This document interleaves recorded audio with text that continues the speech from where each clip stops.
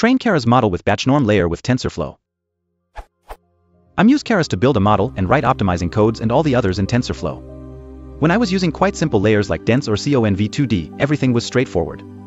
But adding batch normalization layer into my Keras model makes problem complicated.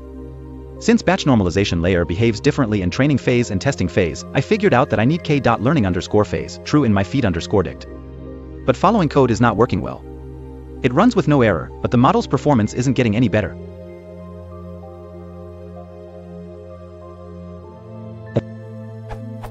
When I tried training Keras model with Keras fit function, it worked well. What should I do to train a Keras model with batch normalization layer in Tensorflow? Actually, I duplicated this question that I hadn't seen.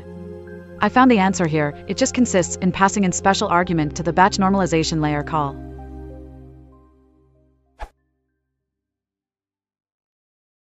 If you want some more channel, please consider looking at a product.